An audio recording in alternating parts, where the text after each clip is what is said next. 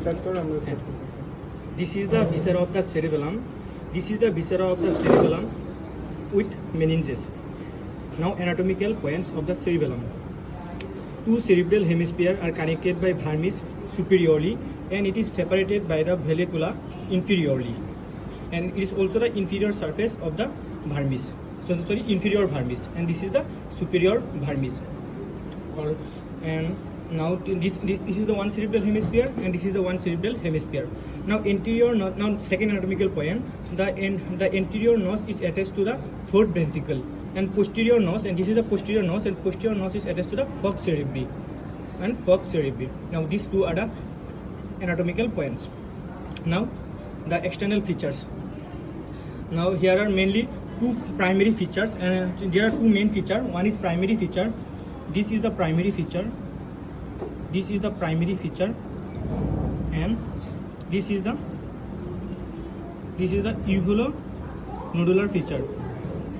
And these are the two main feature. And this primary feature and the uvulonodular feature divide the cerebellum into the three parts. The parts in front of the primary feature is called anterior part, and the part behind and the primary feature up to the uvulonodular uvulonodular feature is middle part, and the part behind the uvulonodular feature is flocculonodular lobe, and flocculonodular lobe here is not visible properly, but if teacher asks to see if teacher want to see, then just show like this. This will be the flocculonodular lobe.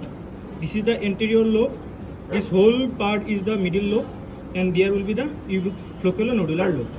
Okay. Now here there is a two surface, and these two surfaces are divided by the horizontal feature, and this is the horizontal feature. This large feature is the horizontal feature. This is the horizontal feature, and horizontal feature divide the cerebellum into divide its two surfaces. This superior surface, and this is the inferior surface, and this is the inferior surface.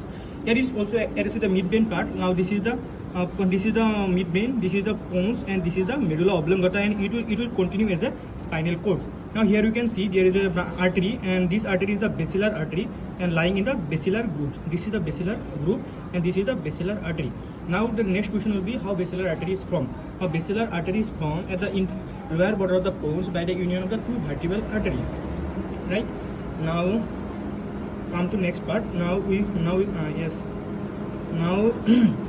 functionally, this cerebellum is divided into the three zones: the lateral zone, the intermediate zone, and the vermis. The lateral zone is responsible for the muscular activity. The lateral zone is responsible for the planning, programming of the muscular activity. I am repeating again. The lateral zone is responsible for the planning, programming of the muscular activity. Then the intermediate zone is responsible for the muscular activity of the trunk, neck, shoulder, and hip. And the vermis is responsible for the muscular activity of the I mistake here. Now the intermediate zone is responsible for the muscular activity of the hand, fingers, and toe and feet. And the vermis is responsible for the muscular activity of the trunk, hip, shoulder, and neck. Okay. Now this cerebellum is morphologically is divided into the three parts: the archiocerebellum, then paleocerebellum, then neocerebellum. Now archiocerebellum is formed by the